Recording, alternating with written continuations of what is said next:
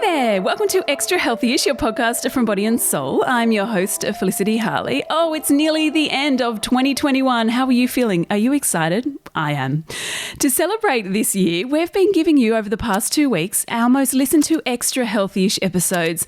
I am super excited. This episode today rounds off our best of list for 2021. It's a chat with slalom, kayak and canoeist Jess Fox. Now, I recorded this with Jess when she had just landed in Tokyo for the Olympics, so that was in July, and she talks everything motivation, how to get yourself going when, well, you can't be asked, and how she copes when her motivation is tested. What a brilliant episode from an inspiring athlete to round off 2021. And Happy New Year.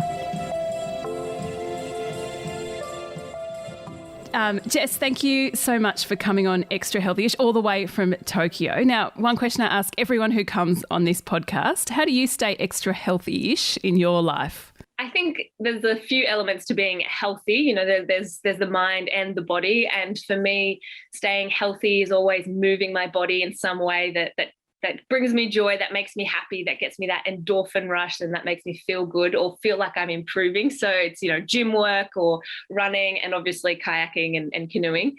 And then there's the healthy-ish in the mind. So for me, that's really making sure emotionally and mentally I feel ready to take on anything, ready to take on each day. And when there are really stressful weeks or big weeks coming up, that I take the time to make sure I'm addressing any issues or talking about how I'm feeling or journaling or meditating. I think that's, for me, it's always about having those two balanced out. Yeah, 100%. Now, you come from a family of paddlers. So assuming your parents motivated you to get into the sport, when did you first step into a kayak or a canoe? And tell us about your journey through this sport. Yeah, so both my parents were paddlers. Dad raced for Great Britain and Mum raced for France, and they were Olympians as well. And the first time I was in a kayak, I was 6 months old for a press, a photo shoot with my parents. So that's the first time. Do you still have that photo? Yeah, we do. I'm in a big yellow kayak holding my club membership because my granddad was the president of the kayak club in Marseille. And as literally the week after I was born, he signed me up to the club. So No choice. I had a little club card. I had no choice. I would end up there eventually. So yeah, it was probably when I was 4 or 5 that we would go on holidays. Mum and Dad would always bring the kayaks and we'd kind of have a play. Usually it would be on a lake or really flat water. And we moved to Australia when I was 4 because my parents got jobs for the Sydney Olympics coaching the kayaking team. And so growing up in Penrith, where the Penrith Whitewater Stadium was, I was kind of always around the sport. And eventually, after a gymnastics injury where I broke my arm, my physio suggested that I paddle to rehab my arm. And that's when I kind of really got into it. I made some friends and I was old enough to go on the whitewater, and that's when I loved it. Just the whitewater excitement was what really hooked me, because the flat water is a little bit boring. You quickly, it quickly gets hard and physical, whereas the whitewater, there's that element of fun. So yeah, that was probably 11 or 12 that I really started to do it. And what motivated you? Like, did you decide, when did you decide you thought, right, I am going to give this a shot. I want to be good at this. I want to go to the Olympics. Can you remember a point in time where that kind of shifted for you? I can remember being 10 years old watching the Athens Olympic Games on TV and seeing, Jodie Henry winning gold medals in the swimming and Anna Meares. And I remember being so inspired by the Olympics, and both my parents were there at the time as coaches. So I was kind of in that world of the Olympics. I would see them with the. Were you over in Athens then, or no? No, right? Just watching it on TV, but glued to the TV, and yeah, very much obsessed by the Olympics. So I thought I wanted to go for swimming. I wanted to be an Olympian in swimming, but definitely didn't train nearly enough for swimming.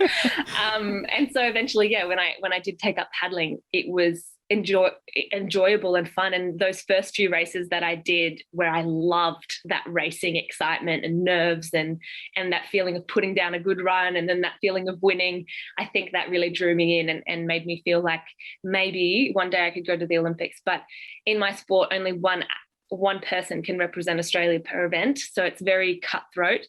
And as a 16-year-old at the World Championships in 2010, I came fifth. And that was sort of the tipping point for me where I thought, hang on, the Olympics are in 2 years. I could give this a shot. I could really put everything into it and really try my best and see if I could qualify. So, yeah, I'd say 2010 was a turning point year. And has there been a time when your motivation, say from that point to now, where your motivation was really tested and you just wanted to give up and you thought, I'm sure there've been a few, right, where you just think, I don't want to do this anymore. What am I doing? I hate paddling. I don't know. How did you push through and get the motivation to keep on going? Yeah, I think every athlete goes through, ebbs and flows, and motivation ebbs and flows. And I think for me, I'm lucky that I'm in a sport that I love, and every day at training is different because there's that variability all the time of adaptability and being on different venues and courses. So that element of discovery is always there, and there's always an element of enjoyment too. So I find that I've had good longevity because of that, but there's definitely been times, 2020 was an example of that, where we couldn't paddle on the whitewater for over 2 months. And that for me was really challenging because that's what I love to do.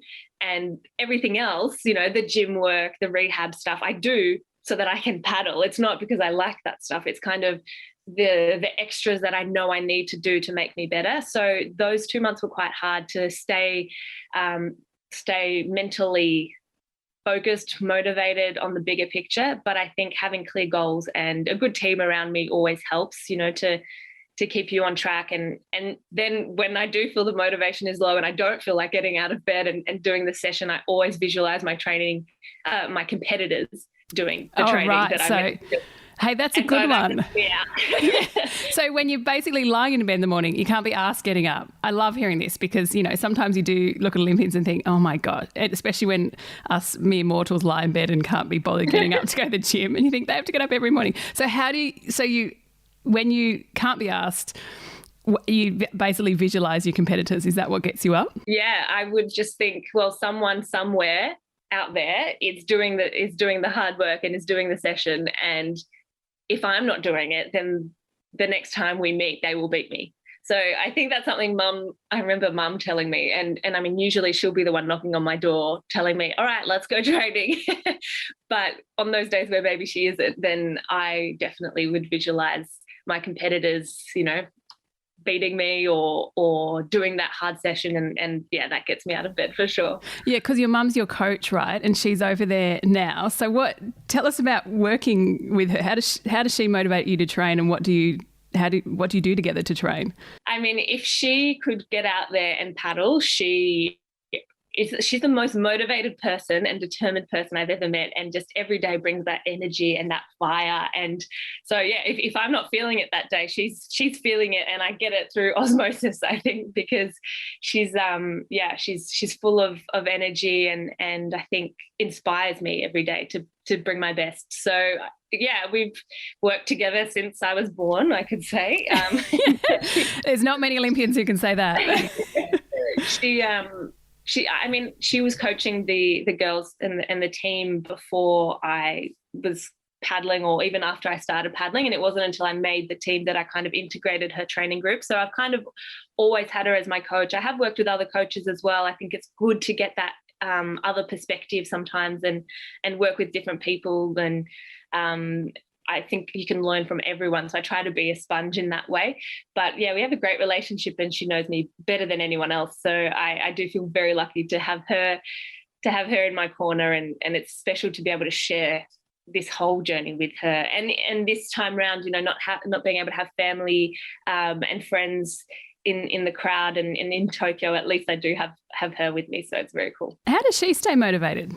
She's obviously been paddling her whole life as well. What motivates her? She's the most competitive person. And so I think she probably does the same as me. She'll just visualize the competitors beating me. And so she'll be motivated to keep looking for new ways to evolve. And she's very creative as well. So we're kind of always working on evolving our technique and trying to challenge the boys and trying to get closer to the boys. So I think, she really gets a lot of inspiration from them and analyzes their technique and then brings that into our training. We'll be back in just a moment.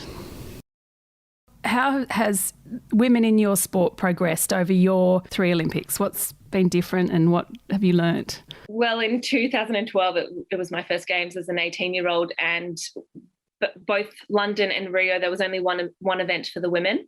In 2012 and 2016, it was the kayak event, and the men had 3 events. So already, we only had 25% of our sport were women. So that really had to change. And we had a big push sort of between 2013 and 2017. We really pushed to have gender equality at the Olympic Games in our sport. And finally, Tokyo will be that first time where we will see an equal number of events for men and for women. So the inclusion of the C1 event this time round is very special for that reason, because we've all fought so hard to get here.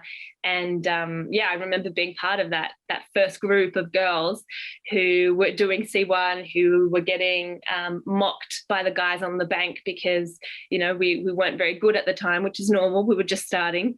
And we were not supported at all. And I feel very lucky that in Australia, we supported the women, and we were one of the first countries to do that, to support the girls and give them coaching and give them access to some funding and some support and racing opportunities, because a lot of the European countries who are mostly male dominated coaching staff, and they did not support the women. They didn't until it became an Olympic event they announced it in 2017. And by that stage, you're already behind. So I think it's changed a lot. And what makes me realize that is that now I get a lot of the guys coming up to me and telling me, well done, that was a great race. I'm analyzing your race runs. Like, I watch you paddle to learn how to do the moves when it's my race, or I'm using certain elements of your technique of the switching, which is where we change sides to paddle, which originated with the C1 women, really, because we're not strong enough to do it like the men. And so they're adapting some of our techniques as well. So I think it's been a really big shift over the last few years. That's awesome. But it's kind of crazy to think that even 9 years ago they were jeering from the banks, isn't it? And look how far they've come. But what a great achievement, and kudos to you for changing that. Now, do you ever paddle just outside, like not in your race? Do you just kind of dump your canoes, I don't know, in the Blue Mountains in New South Wales, or just outside in normal rapids? Yeah, not often, because in Australia we don't have a lot of whitewater.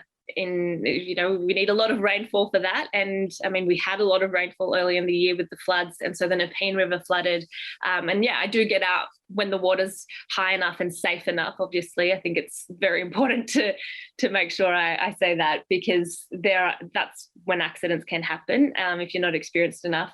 And I'd love to do a bit more. I have done a little bit overseas of river running in a plastic boat, but generally with training, and especially closer to an Olympics, I have to be super careful not to get injured or do anything too crazy. But I think paddling is one of the best ways to see the world and see parts of the world that you can't access by foot. So it's always, really special to take the kayaks out and on the coastline even and explore or some amazing parts of Australia. I can't wait to do that later on. Yeah. And do you hop on like a stand-up paddleboard? Or is it just for you, kayak is your thing, or kayak and canoe are your things? Usually it's just my kayaks or canoe, but I have done a little bit of stand-up paddleboarding, but I get so sore from it. And people are surprised when I say that, because they're like, surely you shouldn't with all the training you do. But I tell you, it uses all different muscles. That's true.